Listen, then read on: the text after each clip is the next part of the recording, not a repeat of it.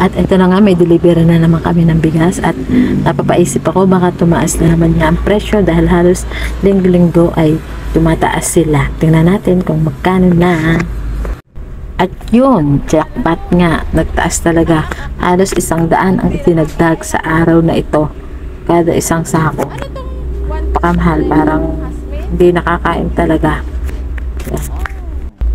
Presyo nila, tapos dadagdagan pa namin ang pagpipresyo namin. Kaya super mahirap na itong presyohan.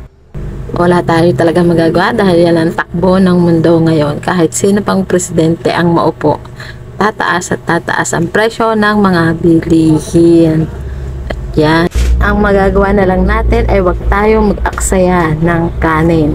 Kumain lamang ng sakto at huwag magtatapon ng kanin. Dahil may nakikita ako nasasandok ng maraming kanin tapos hindi naman maubos-ubos ang nasa plato, iiwanan na lamang. At yan ding dala-dala ng aking mister na galing sa Tanawan ay nagtaas din ng presyo. Yan yung Mindoro Tinorado. At kailangan na rin namin palitan ang presyo ng mga per kilo namin para tumama sa mga persa ko. Yun lamang po at tipid-tipid. God bless.